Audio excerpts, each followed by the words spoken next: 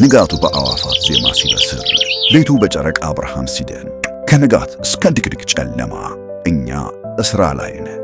የሥራችን መዳረሻ ግቡም እርሰው በጊዜ ወደ ቤቶ እንዲገቡ ነው። የፋሲካን በዓል ምክንያት በማድረግ በመኖሪያ ቤቶቻችን ላይ ታላቅ የበዓል ቅናሽ አድርገን እየጠበቅነዎት ነው። የመሸጫ ዋጋችንም ከዋጋ ግሽበትና ከዶላር ጭማሪ ጋር አብሮ የማይጨምር ቋሚ የሆነ ቁርጥ ዋጋ በመሆኑ በጊዜ ወስኑ። መኖሪያ ቤቶቻችንም ለኑሮ ምቹ በሆኑና ደህንነታቸው በተጠበቀ ሳር ቤት ቫቲካን ኤምባሲ አጠገብ እንዲሁም በቦሌ ቡልቡላ 93 ማዞሪያ የሚገኙ ናቸው። ሁሉም በየፊናቸው ስኬታማ ውሎ ይውላሉ። ጀንቦሮ ቤታቸው የቤተሰቦቻቸውን ቤት ነው። መልካም የትንሣኤ በዓል። ጀንቦሮ ሪል ስቴት። በጊዜ ግቡ።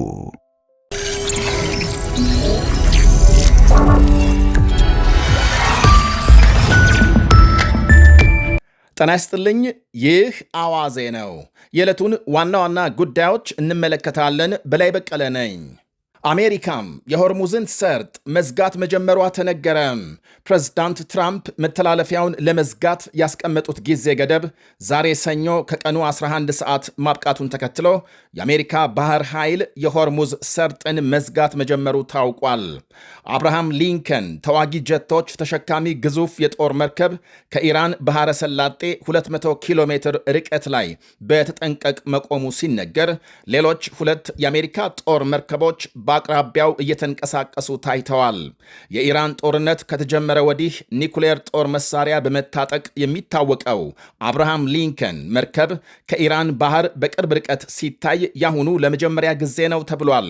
የአሜሪካ ጦር በኦማን ባህረ ሰላጤና በሆርሙዝ ሰርጥ የጣለውን እገዳ ጥሰው ለማለፍ የሚሞክሩ መርከቦች እንደሚጠለፉና በቁጥጥር ስር እንደሚውሉ አስጠንቅቋል። እገዳው ከመጀመሩ አስቀድሞ የአሜሪካ ጦር ባሰራጨው መልእክት በሆርሙዝ በኩል ወደ ኢራን የማይገቡና የማይወጡ መርከቦችን እገዳው እንደማይመለከት ገልጧል። ያም ሆኖ መርከቦቹ ኮንትሮባንድ ጭነት ይዘው እንደሆነ ለማረጋገጥ ፍተሻ ሊኖር እንደሚችል አስገንዝቧል። ከዚያ በመለስ በሆርሙዝ በኩል ለማለፍ የሚሞክሩ ወይም ወደ እገዳው ቀጠና የሚመጡ የሚጠጉ የኢራን መርከቦች ይደመሰሳሉ ብሏል። የአሜሪካ ማዕከላዊ እዝ ባወጣው ሌላ መግለጫም የአሜሪካንን ሆርሙዝ የመዝጋት እርምጃ ሕገወጥና የባህር ዝርፊያን የሚያጠናክር ነው ሲል የኢራን ጦር አውግዟል። በሌላ በኩል የብሪታንያ የባህር ንግድ ተቋም በበኩሉ እገዳው የኢራንን ወደቦችና ባህር ዳርቻዎችን እንቅስቃሴ ክፉኛ እንደሚጎዳ ሲያስጠነቅቅ፣ የብሪታንያ ጠቅላይ ሚኒስትር ኪር ስታርመርም የሆርሙዝን መዘጋት እንደማይደግፉ ገልጸዋል። የአሜሪካም ይህ አዲስ እቅድ የኢራንን የነዳጅ ኢንዱስትሪ አንቆ በመያዝ ቻይና ላይ ጫና ለመፍጠር ነው ይላሉ ታዛቢዎች። በኢራን ነዳጅ ላይ ጥገኛ የሆነችው ቻይና የነዳጅ መስመሩ ሲዘጋ ሳትወድ በግድ ኢራን ወደ ድርድር ጠረጴዛ እንድትመለስና ከስምምነት እንድትደርስ ግፊት ማድረጓም አይቀርም ነው። ያም ሆኖ አሜሪካም ሆርሙዝን ዘግታ ለመቆየት በቂ መርከቦች አላት ወይ የሚል ጥያቄም ያነሳሉ። ስለ አካባቢው በቂ መረጃም አላቸው ወይ? እንዲሁም ሆርሙዝን በመሰለ ጠባብ አካባቢ ዘመቻ ማካሄድ በቅርበት ካሉ መሬቶች የሚሳኤልና የድሮን ጥቃት በአሜሪካ መርከቦች ላይ ሊፈጸም እንደሚችልም ያስገነዝባሉ። የኢራን መከላከያ ሚኒስቴር ባሰራጨው መግለጫም የሀገሪቱ ጦር ኃይል በከፍተኛ የውጊያ ተጠንቀቅ ላይ እንደሚገኝ ገልጧል። በቂ ሚሳኤሎችና ድሮኖች አቅርቦት መደረጉንና ሁሉም ስልታዊ ዝግጅቶች መካሄዳቸውን አመልክቷል። በሌላ በኩል ኢራን በጦርነቱ ከፍተኛ የኢኮኖሚ ድቀት እንዳጋጠማትና አሁን የሆርሙዝ መዘጋት ተጨማሪ ጫና እንደሚፈጥርባት ቢነገርም የኢራን ባለስልጣናት ግን ከቴሄራን የበለጠ በእገዳው የሚጎዳው የዓለም ሕዝብ እንዲሁም ራሳቸው አሜሪካውያን ናቸው ይላሉ። ኢራን ነዳጅና ጋዝ ወደ ውጭ ለመላክ የሚያስችሉ ሌሎች አማራጮች እንደምትጠቀምና ለአብነትም ነዳጅ በቧንቧ ወደ ኢራቅ፣ ቱርክና አርሜኒያ ለመላክ የሚያስችል አቅም እንዳላት ገልጸዋል። ረጅም ድንበር በምትጋራት ፓኪስታን በኩል ሌሎች ድብቅ ንግዶች ማካሄድ እንደምትችልም በኢራን የሚደገፈው የየመኑ ሁቲ ቡድን ቀይ ባህርን እንዲዘጋ በማድረግ ጫና መፍጠር እንደሚቻልም ይጠቅሳሉ። በአጠቃላይ አሜሪካም የኢራንን ወደቦች በመዝጋት አዲስ የጦርነት ምዕራፍ እየከፈተች ነው ብለዋል የቴሄራን ባለሥልጣናት። የእስራኤል ጠቅላይ ሚኒስትር ቤንያሚን ኔታንያሁ የትራምፕን ሆርሙዝን የመዝጋት እርምጃ እንደሚደግፉ ዛሬ ከሰዓት በተካሄደ የካቢኔ ስብሰባ ገልጸዋል። በኢራን ወደቦች የተጣለው እገዳም ወሳኝ እርምጃ እንደሆነና እስራኤል በትብብር ለመስራት ዝግጁ መሆኗን አረጋግጠዋል። አሜሪካና እስራኤል አሁን ባለው ደረጃም ትብብር አድርገው አያውቁም ብለዋል። በእስራኤል ታሪክ ታይቶ ያልታወቀም ከፍተኛና የተቀናጀ ትብብር።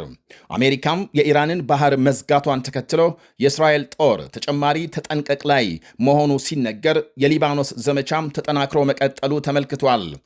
እስራኤል ከጥቂት ቀናት በፊት በሊባኖስ በፈጸመችው ከባድ በተባለ ጥቃት ከ200 በላይ የሄዝቦላህ ተዋጊዎች መገደላቸውን ስታስታውቅ ባለፉት 24 ሰዓታት በቤይሩት አቅራቢያም ከ5 በላይ ሰዎች ሕይወት ማለፉ ተነግሯል። ሄዝቦላህ በበኩሉ በደቡባዊ ሊባኖስ በፈጸመው የድሮን ጥቃት 8 የእስራኤል ወታደሮች መቁሰላቸውን ዘገቦች አመልክተዋል። አዲስ የተፈጠረው ውጥረት ያሰጋቸው የፓኪስታን ጠቅላይ ሚኒስትር ሻባዝ ሸሪፍ ጦርነቱ እንዲቆምና ዘላቂ ሰላም እንዲሰፍን ሰፊ ጥረት እያደረጉ መሆናቸውን ገልጸዋል። ለ2 ሳምንት የተደረሰው የተኩስ አቁም ስምምነት እስካሁን አለመጣሱንና ቀሪ አለመግባባቶችን ለመፍታት በየአቅጣጫው ሙከራ እየተደረገ ነው ብለዋል። በሌላ በኩል በአሜሪካ መሪና በካቶሊክ ቤተ ክርስቲያን ርዕሰ ሊቃነ ጳጳስ ሊዮ 14ኛ መካከል የተፈጠረው አለመግባባት የዓለም መነጋገሪያ እንደሆነ ቀጥሏል። በአፍሪካ ጉብኝት ለማድረግ አልጄሪያ የገቡት ሊቀ ጳጳሱ ኢራን ኒኩሌር ጦር መሳሪያ ቢኖራት ምንም ችግር እንደሌለውና ጦርነቱ አላስፈላጊ መሆኑን የሚያመለክት አስተያየት መስጠታቸው ፕሬዝዳንት ትራምፕን አበሳጭቶ ስለ ውጪ ፖሊሲ የተበላሸ አመለካከት እንዳላቸው በመግለጽ ጳጳሱን ተችተዋል። ሊዮ ኢራን ኒኩሌር ጦር መሳሪያ ቢኖራት ምንም እንዳልሆነ መናገሩን አልወደድኩትም። ዓለምን ሊያጠፉ የሚችሉ ሰዎች ኒኩሌር ጦር መሳሪያ ለመገንባት የሚያደርጉትን ጥረት ለመከላከል ጦርነት እንደገጠምን የተገነዘበ አልመሰለኝም ብለዋል ትራምፕ ሊቀ ጳጳሱን። የመጀመሪያው አሜሪካዊ የካቶሊክ ሊቀ ጳጳስ የሆኑት ሊዮ 14ኛ ለትራምፕ ትችት በሰጡት ምላሽ የትራምፕን አስተዳደር እንደማይፈሩና በያዙት አቋም እንደሚገፉ ገልጸዋል። የኢራን ፕሬዝዳንት ትራምፕ በሊቀ ጳጳሱ ላይ የሰነዘሩትን ትችት በመቃወም መግለጫ አውጥተዋል። ወደ ሌላ መረጃ ስናልፍ አሜሪካም እንዲያሸንፉ ድጋፍ የሰጠቻቸው የሃንጋሪ ጠቅላይ ሚኒስትር ቪክቶር ኦርባን ለተቃዋሚ እጩ እጅ መስጠታቸው ተነግሯል። በሃንጋሪ በተካሄደ ታሪካዊ በተባለ ምርጫ የተቃዋሚ ፓርቲ መሪ ፒተር ማጊያር ማሸነፋቸው ታውቋል። ለ16 ዓመታት ሃንጋሪን የመሩት ቪክቶር ኦርባን ሽንፈታቸውን በጸጋ ተቀብለው ለአዲሱ ተመራጭ እንኳን ደስ ያለህ ብለዋል።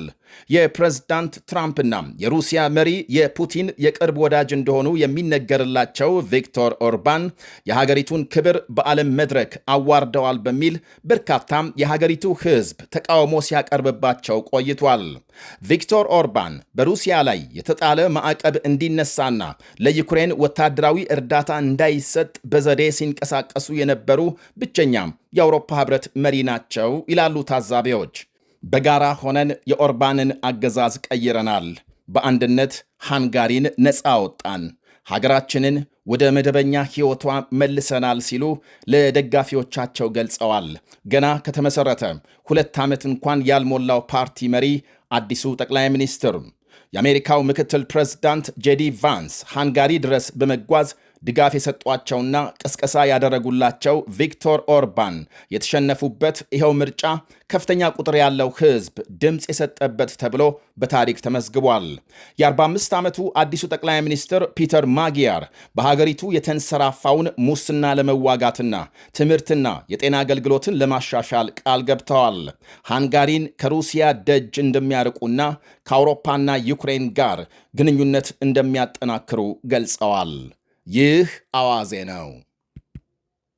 ተማምነው በሕጋዊ መንገድ በነፃ ካሉበት ሆነው ወደ ሀገር ቤት ገንዘብ መላክ ተችሏል። ላኪ ሬሚት አለሎት። እንኳን ለብርሃነ ትንሣኤው በሰላም አደረሶ። ገንዘብ ወደ ሀገር ቤት ከማንኛውም ስፍራ ከአሜሪካ፣ ካናዳ፣ አውሮፓና ከመካከለኛው ምስራቅ ለሚልኩ ዲያስፖራዎች በሙሉ ላኪ ሬሚት ትልልቅ ምንዛሬዎችንና ዳጎስ ያሉ ጉርሻዎችን ያለምንም ክፍያ በነፃ በሕጋዊ መንገድ መላክ ያስችላል። ላኪ ሬሚት በተጨማሪም ከማስተር ወይም ቪዛ ካርዳችሁ ላይ ወደ ፈለጋችሁት የኢትዮጵያ ባንክ ስትልኩ ገንዘቡ በ2 ሴኮንድ ውስጥ ይደርሳችኋል። 2 ሴኮንድ ብቻ። መተግበሪያው አፕሊኬሽን ከብሔራዊ ባንክ ሙሉ ፍቃድ ያለው በመሆኑ ምንም ሐሳብ ሊገባችሁ አይገባም። ስለዚህ የላኪ ሬሚትን መተግበሪያ ከፕሌይ ስቶር እና አፕ ስቶር ላይ በማውረድ አሁኑኑ በነፃ ላክ። ለአስተማማኝና ፍጥነት ማን እንደ ላኪ ሬሚት። ላኪ ሬሚት አለሎት።